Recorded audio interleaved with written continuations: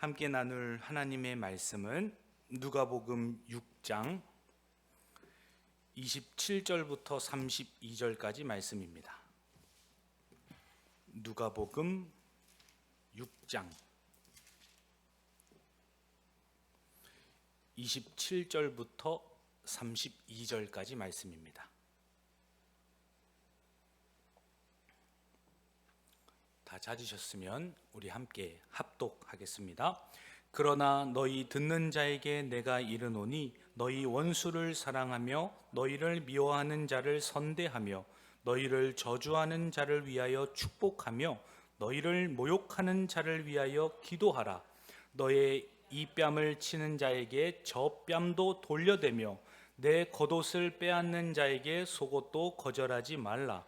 내게 구하는 자에게 주며 내 것을 가져가는 자에게 다시 달라 하지 말며 남에게 대접을 받고자 하는 대로 너희도 남을 대접하라.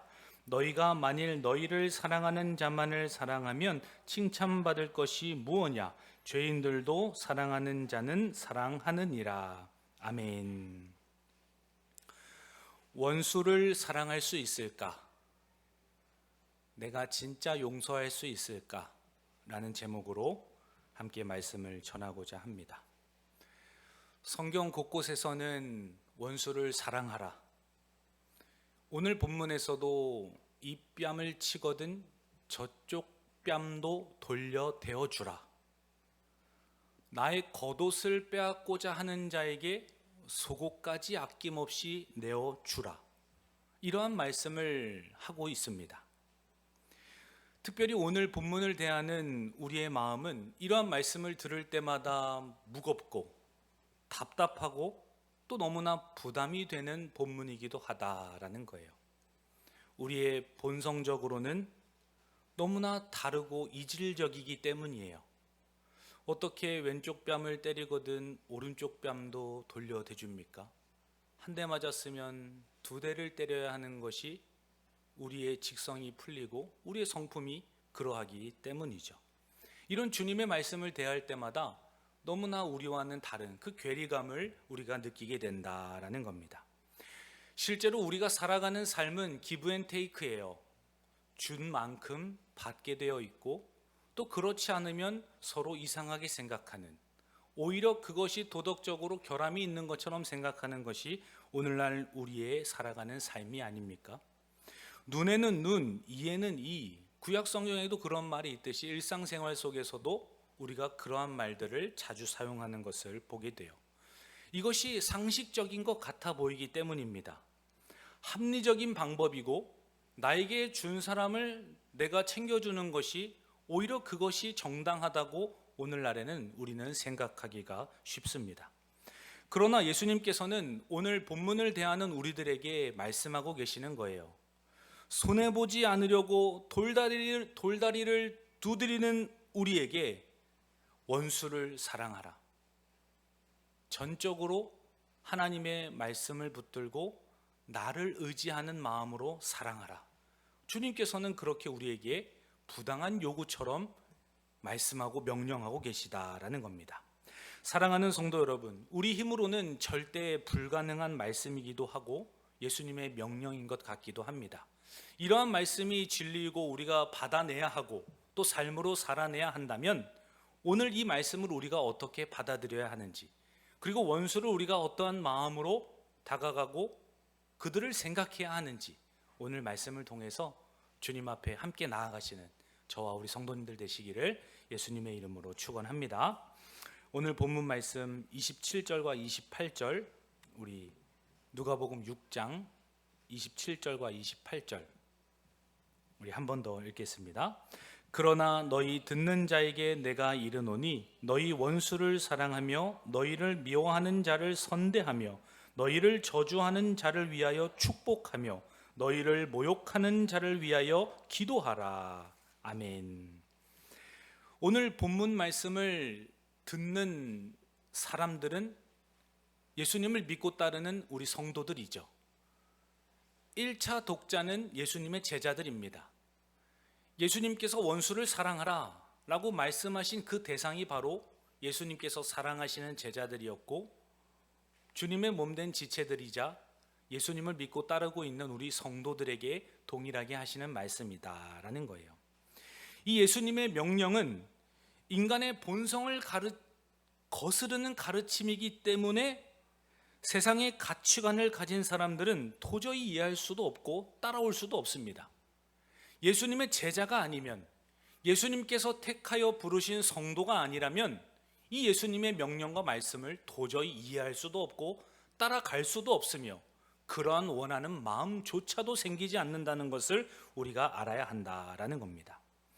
예수님의 참된 양이자 제자여야지만 예수님의 가르침에 우리가 귀를 기울일 수 있는 것이고 순종의 자리로까지 나아갈 수가 있기 때문입니다. 예수님의 제자들에게 특별히 하셨던 말씀이고 예수님을 믿고 오늘날 살아가는 우리들에게 예수님께서 동일하게 하시는 말씀이다라는 거예요. 이방인이나 불신자나 옆집 이웃 사람에게 말하고 있는 가르침이 아니라 정말 예수님을 사랑하는 사람, 예수님을 믿고 따라오고 그분의 십자가를 바라보면서 하루하루를 살아가는 그 믿음의 자녀들에게 오늘 하고 계시는 말씀이다라는 겁니다. 우리 함께 말씀 한 구절 찾아보기를 원합니다. 요한복음 10장 26절입니다. 요한복음 10장 26절입니다.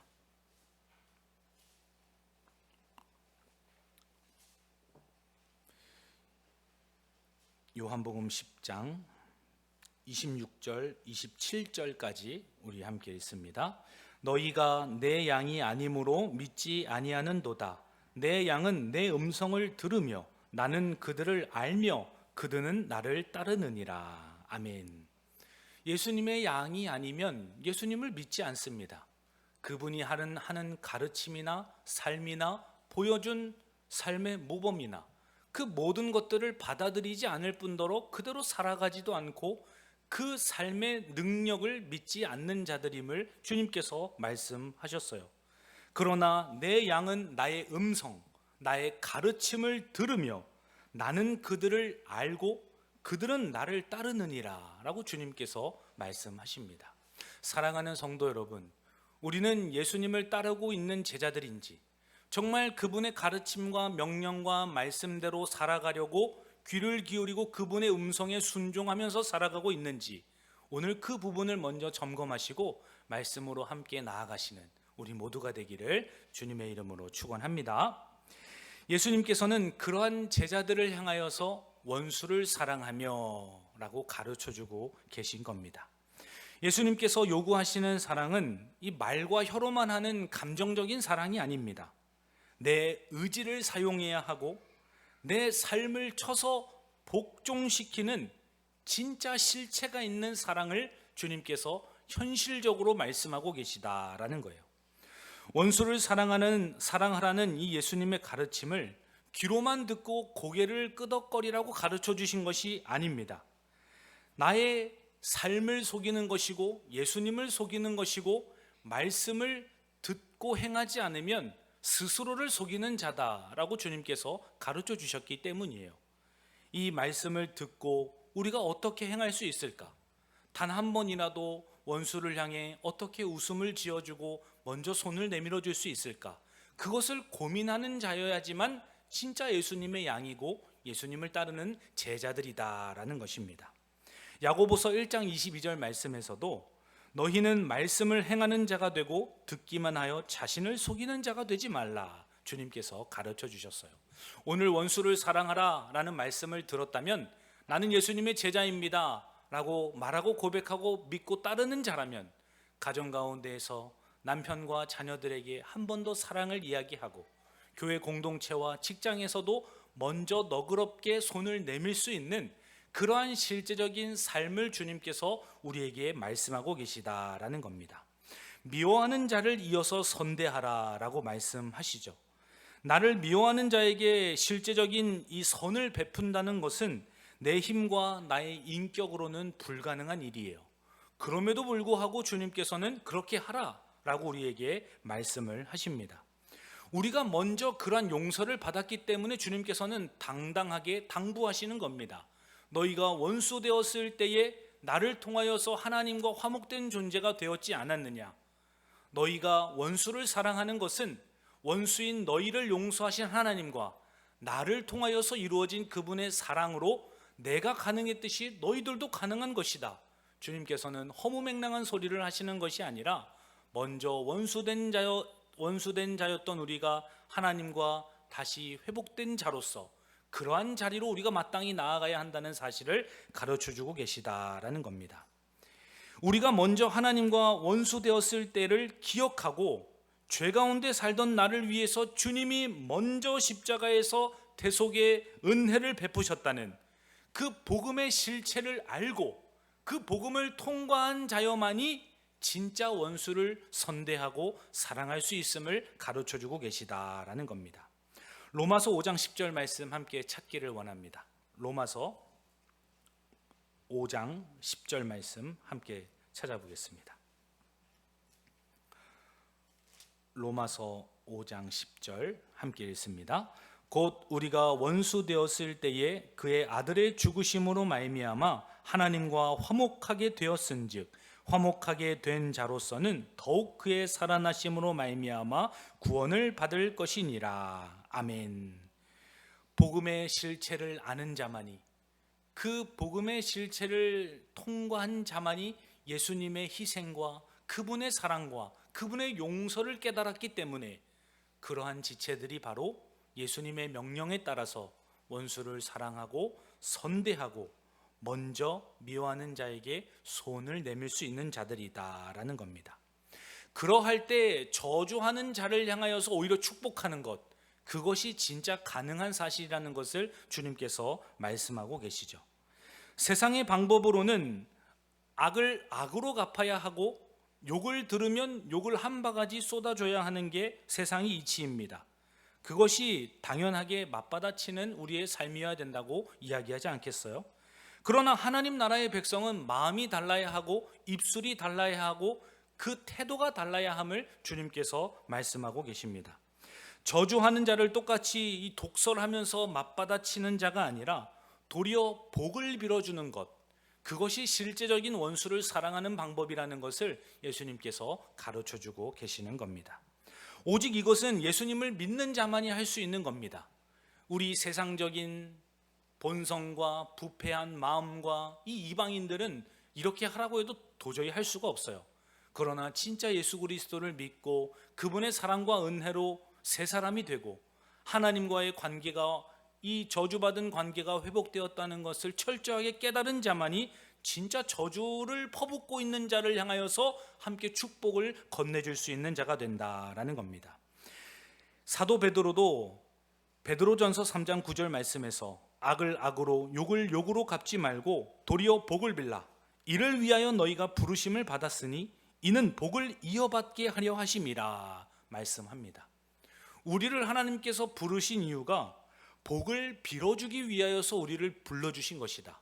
하나님께서 창세기 12장에서도 아브라함을 부르실 때 너는 복의 근원이 될지니라. 아브라함이 믿음의 조상이고 그 믿음을 통하여서 그 안에 우리 또한 하나님께서 믿음으로 의롭다함을 여겨주시는 그 엄청난 축복을 우리 가운데 주시지 않았습니까? 아브라함이 복을 선포하는 자를 하나님께서 복을 주시고 또 아브라함에게 악으로 대하고 저주하는 자에게 똑같이 하나님께서 복을 거둬들이시고 이러한 축복의 통로로서의 역할이 오늘날 우리들에게도 하나님께서 주어주신 사명이다라는 거예요.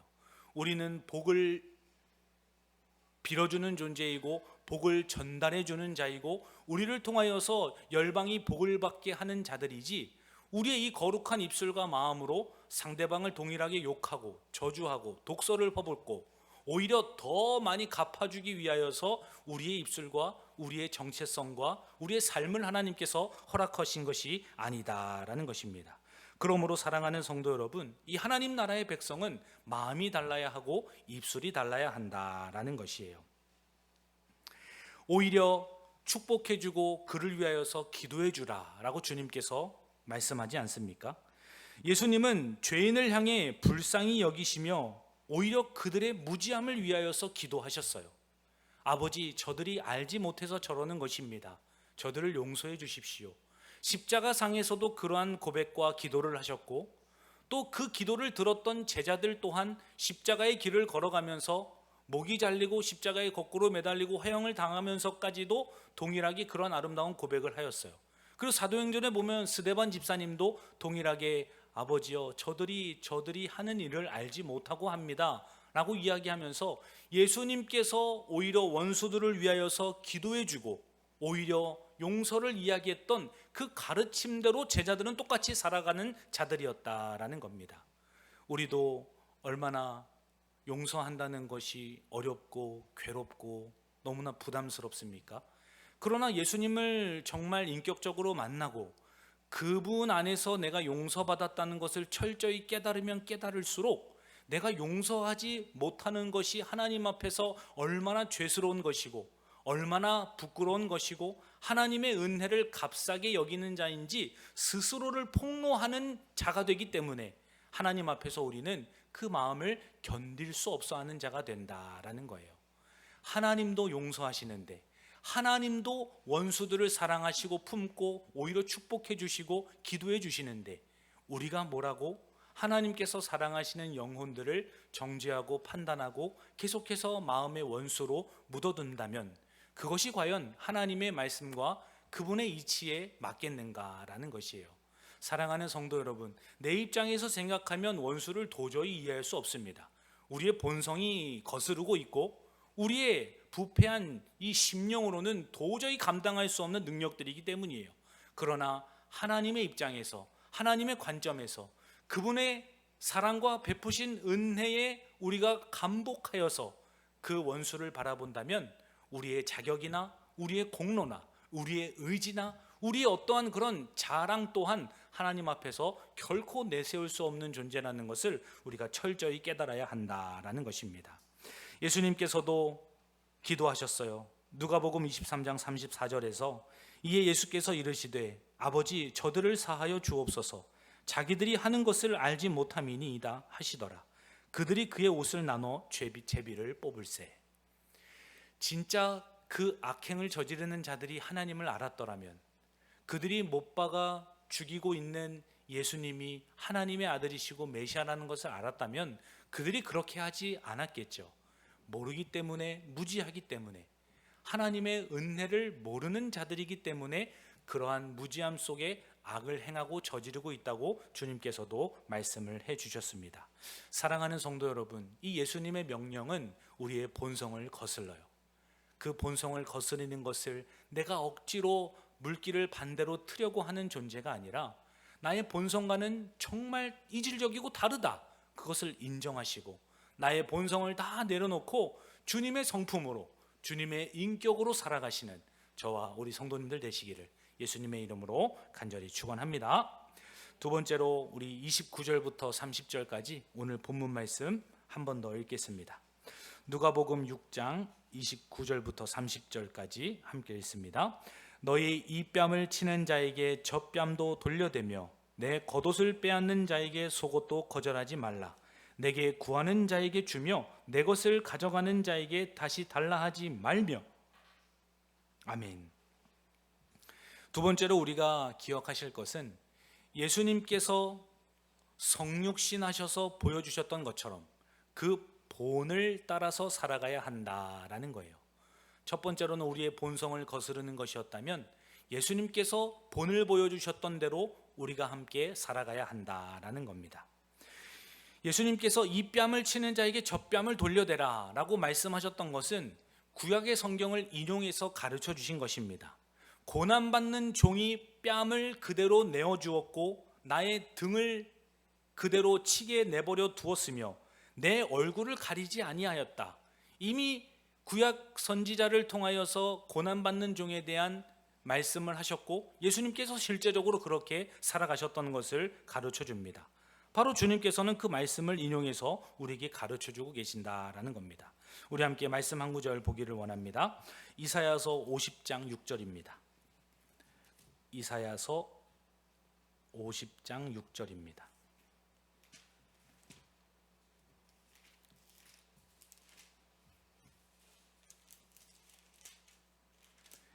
이사야서 50장 6절 함께 읽습니다.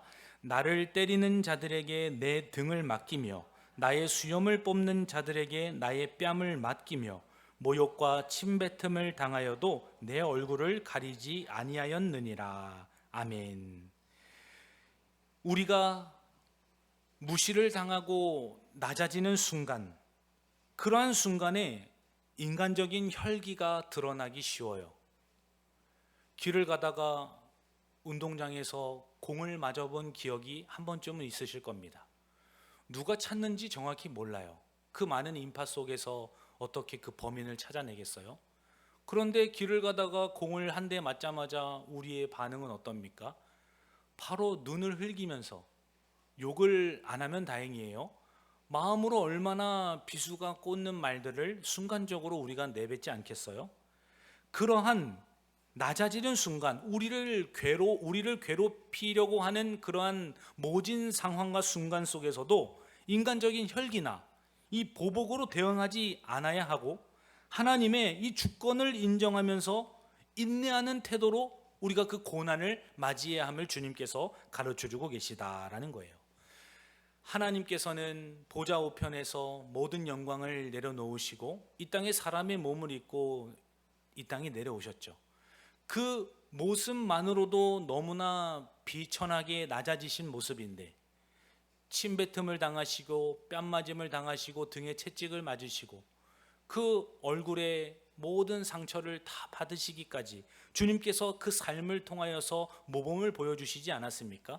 구약 성경에서도 바로 그러한 그림자가 메시아의 모습이고, 주님께서 실제적으로 그렇게 행동을 하셨고 우리 또한 그러한 삶을 지향하면서 살아가야 함을 주님께서 가르쳐 주시고 계시다라는 겁니다. 예수님께서 실제적으로 그렇게 대응을 하셨어요. 요한복음 18장 23절입니다. 이 말씀을 하심에 곁에 섰던 아랫사람 하나가 손으로 예수를 쳐 이르되 내가 대제사장에게 이같이 대답하느냐 하니, 예수께서 대답하시되 내가 말을 잘못하였으면 그 잘못한 것을 증언하라. 바른 말을 하였으면 내가 어찌하여 나를 치느냐 하시더라. 대제사장에게 예수님께서 나는 삶으로 보여주었고 내가 말한 그대로다. 너희들이 들었고 보았지 않았느냐? 나의 삶에 문제가 있거들랑 그것을 내게 증언해 보여라. 예수님께서는 대제사장이 그렇게 말했습니다. 근데 그렇게 말하는 본세를 옆에 있던 병사가 보니까 마음에 안 드는 거예요. 그래서 예수님을 치지 않았습니까? 그때 예수님께서는 오히려 그 자를 향하여서 저주를 퍼붓는다거나, 오히려 천군 천사를 대동해서 그의 목을 꺾으신다거나 그의 발을 부러뜨리시는 방법으로 대응하신 게 아닙니다. 오히려 무엇이 문제있느냐? 나에게 증언하라. 무엇이 문제이길래 네가 나에게 지금 이렇게 행동을 하고 있느냐? 주님께서 너무 신사적으로 대응하는 것을 보지 않습니까?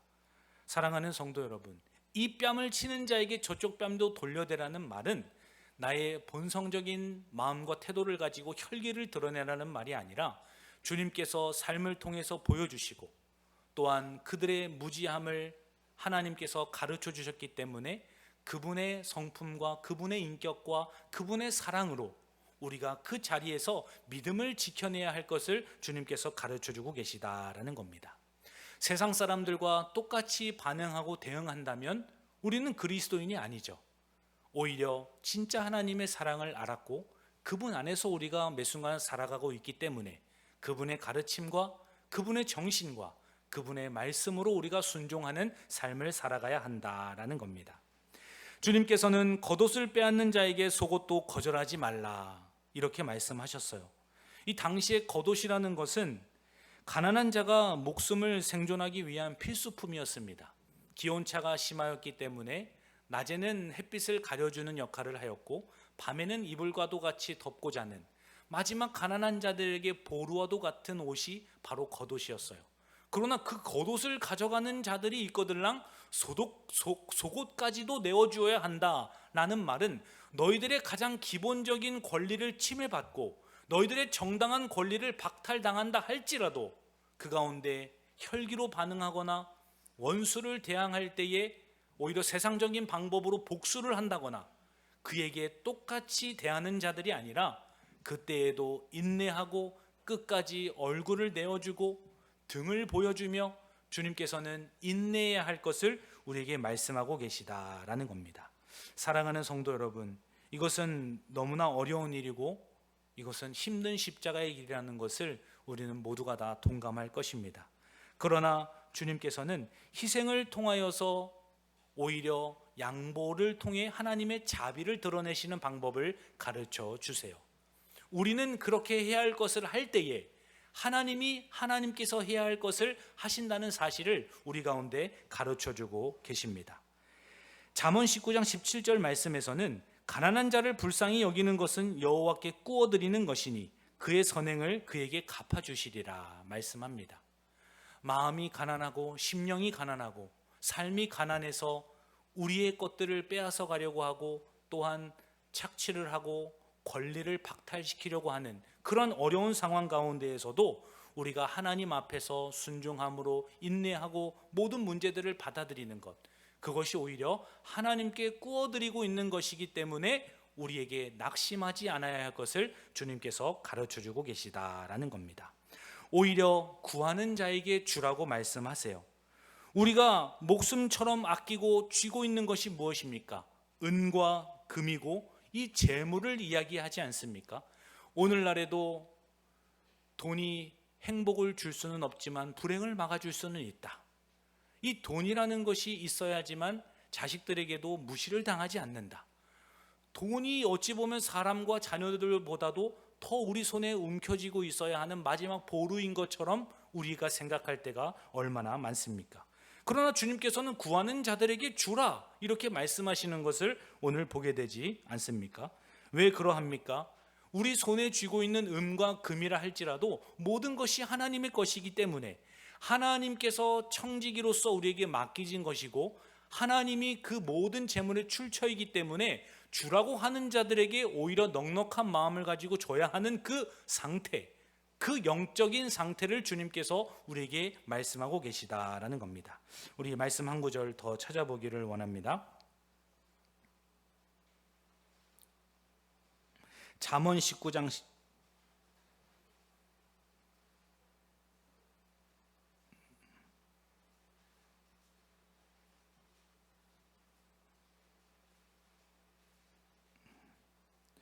신명기 말씀 찾아보겠습니다. 신명기 15장 7절과 8절입니다. 신명기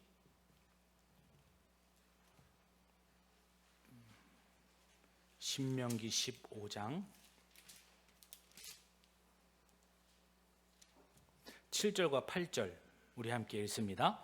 내 하나님 여호와께서 내게 주신 땅 어느 성읍에서든지 가난한 형제가 너와 함께 거주하거든 그 가난한 형제에게 내 마음을 완악하게 하지 말며 내 손을 움켜쥐지 말고 반드시 내 손을 그에게 펴서 그에게 필요한 대로 쓸 것을 넉넉히 꾸어주라. 아멘. 주님께서 모든 재물의 출처이시기 때문에 하나님께서 청지기로 우리에게 맡기신 것들을 형제를 위하여서 손을 펴는 것, 넉넉히 꾸어주는 것, 그것이 정당하다는 것을 우리에게 가르쳐주고 계시다라는 겁니다. 사랑하는 성도 여러분, 하나님께서는 구약의 말씀을 통해 예수님께서 성육신하셔서 실적인 본을 보여주심으로 그분의 사랑과 원수를 품어야 하는 것을 실제적으로 보여주셨어요. 말뿐인 가르침이 아니라 우리의 삶을 통해서 실제적으로 드러나야 하는 우리의 삶의 지침으로 가르쳐 주셨다라는 겁니다. 우리의 본성을 거스르는 이 주님의 말씀을 내가 그냥 귀로만 듣고 좋은 말씀이다, 내가 지키기 어려운 말씀이다 라고 마음에서 가두는 것이 아니라 삶을 통하여서 흘러나아가시고 또 예수님처럼 순종할 때에 하나님께 꾸어드리고 있다는 것을 기억하시면서 그분이 갚아주시는 그분의 은혜를 기억하시는 우리 광문교회 되기를 예수님의 이름으로 간절히 축원합니다. 마지막으로 우리가 기억하실 것은 우리가 그러한 삶을 살아갈 때에 하나님 나라의 백성이 증명된다라는 거예요. 그러한 삶을 살아가는 자여야지만 진짜 하나님 나라의 백성이라는 것을 나도 알고 하나님도 아시고 주변 사람들도 확증하게 되기 때문이다라는 겁니다. 오늘 본문 말씀 마지막으로 31절과 32절 함께 읽습니다. 남에게 대접을 받고자 하는 대로 너희도 남을 대접하라. 너희가 만일 너희를 사랑하는 자만을 사랑하면 칭찬받을 것이 무엇이냐? 죄인들도 사랑하는 자는 사랑하느니라. 아멘. 대접받고자 하는 대로 대접을 하라 말씀하시죠. 이 남을 대접하는 것이야말로 성경의 완성이기 때문이에요. 모든 선지자들과 율법의 강령이 결국에는 하나님 사랑과 이웃 사랑으로 귀결되지 않습니까? 이렇듯 남을 대접하는 것이 진짜 율법이 마치고 이루어지는 실제적인 현장이다라는 것입니다. 그것이 올바른 율법의 핵심적인 정신이기 때문이에요. 우리가 대접받고 싶은 대로 먼저 손을 내밀고 펼 때에 그때 비로소 사랑이 전달되는 것이고 율법을 완성하는 하나님 나라의 백성이 되는 것이다 라는 겁니다. 율법의 마침은 사랑입니다. 우리가 사랑할 때 진짜 하나님 나라의 백성임이 우리의 삶을 통하여서 드러나게 되는 것이다 라는 거예요. 마태복음 7장 12절 말씀에서도 그러므로 무엇이든지 남에게 대접을 받고자 하는 대로 너희도 남을 대접하라. 이것이 율법이요 선지자니라. 갈라디아서 5장 14절 말씀에서도 온 율법은 내 이웃 사랑하기를 내 자신같이 하라 하신 한 말씀에서 이루어졌나니. 형제를 사랑하고 대접할 때에 하나님의 말씀이 이루어지는 순간인 것이고 온 율법과 선지자의 말씀이 오히려 성취되는 것이다 라고 가르쳐 주십니다. 사랑은 율법의 완성인 것입니다.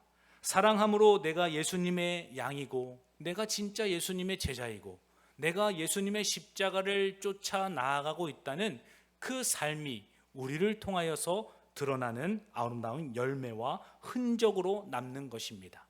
사도 바울이 고백하지 않았습니까? 내가 예수의 흔적을 지니고 있노라.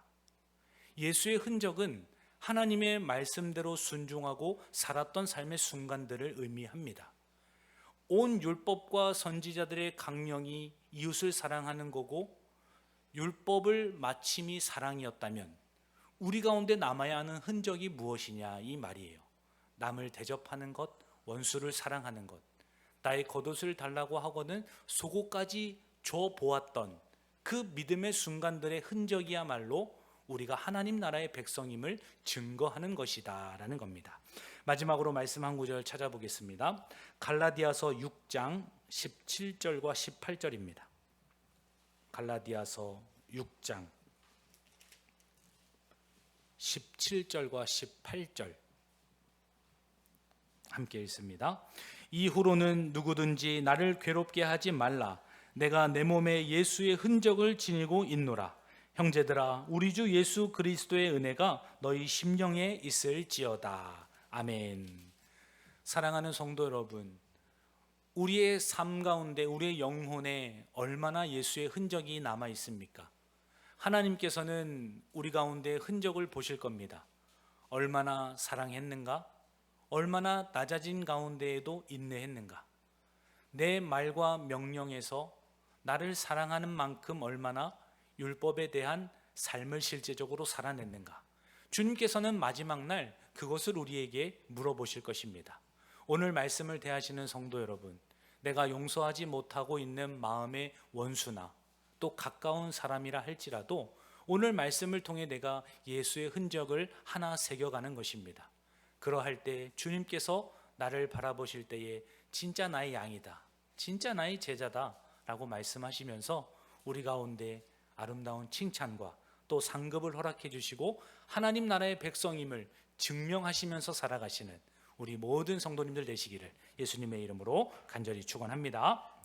죄인들은 상대방의 태도에 따라서 그것을 기준으로 삼고 사랑합니다.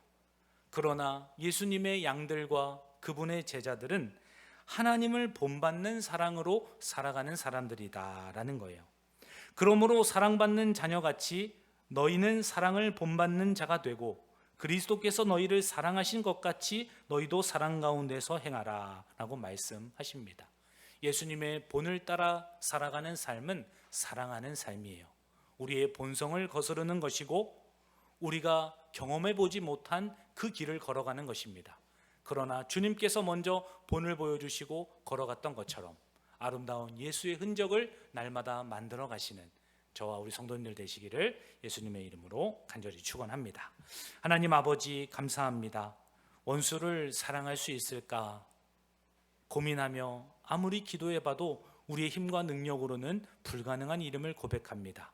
우리 가운데 예수의 흔적이 남겨 있고 또한 원수된 우리를 먼저 사랑하신 그리스도의 십자가 앞으로 나아갑니다.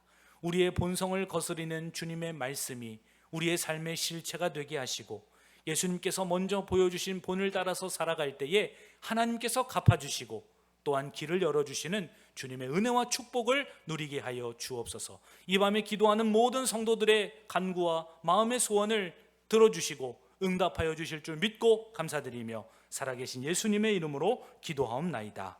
아멘.